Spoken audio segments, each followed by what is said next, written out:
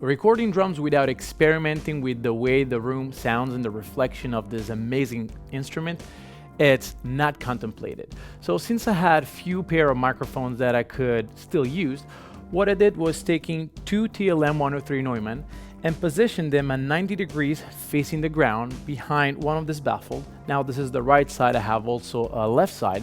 And what I'm gonna do with this microphone is kind of trying to get out of the grit of the kit, distorting them and making them sound very dark in order to have even more depth within my kit.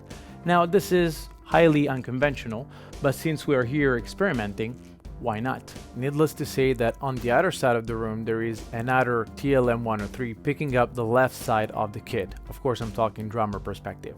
The way I'm going to be using these two microphones is primarily for coloration and for add extra depth.